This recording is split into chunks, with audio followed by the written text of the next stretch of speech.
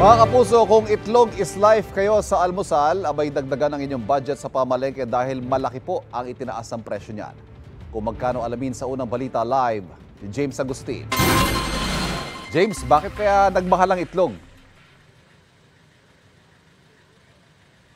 Ivan, ang sabi sa atin ng mga ilang nagtitinda dito sa Santa Cruz, Maynila ay kulang daw sa supply at mataas din yung presyo na ibinibigay sa kanila ng farm. Kaya naman tumaas ng 20 pesos yung kada tray ng itlog sa bagsakan yan. Dito nga sa baging ito sa lungsod ng Maynila. Malaki ang epekto, Ivan, yan, hindi lamang sa mga retailer, maging dun sa mga negosyo na gumagamit ng itlog tulad halimbawa ng mga kainan.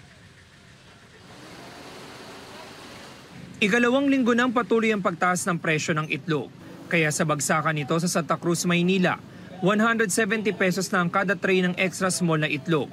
Ang bawat tray may 30 piraso ng itlog. Ang small size naman ay 180 pesos per tray, habang ang medium ay 190 pesos.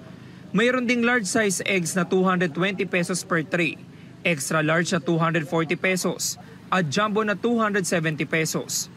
Kung susumahin, 20 pesos kada tray na ang itinaas sa presyo. Dahil malaki ang itinaas, matumal daw ang bentahan.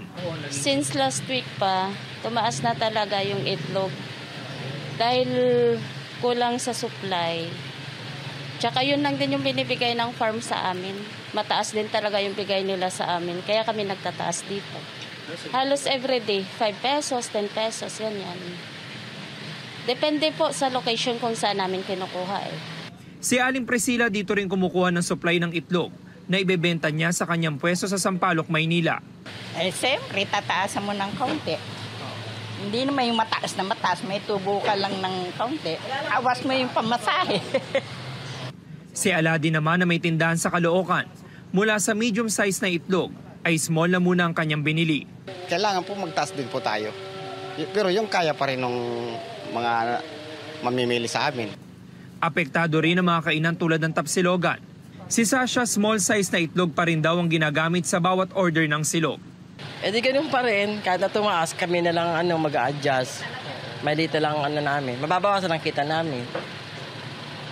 Hindi okay nagtaas? Eh hindi, kasi parang magtataas, ang dami-dami mong katabi. O di syempre lilipat yun.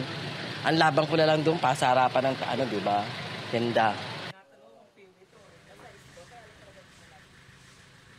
Samantala, Ivan, galing sa iba't ibang probinsya yung supply ng itlog dito sa bagsakan tulad halimbawa sa Batangas, sa Bulacan o di kaya naman sa Tarlac. Kung wholesale ang bibili ng mga kapuso natin o yun yung 12 tray, 12 pataas na tray ay may bawas pa po yan na 5 piso sa kada tray. Yan ang unang balita mula rito sa Maynila. Ako po si James Agustin para sa GMA Integrated News.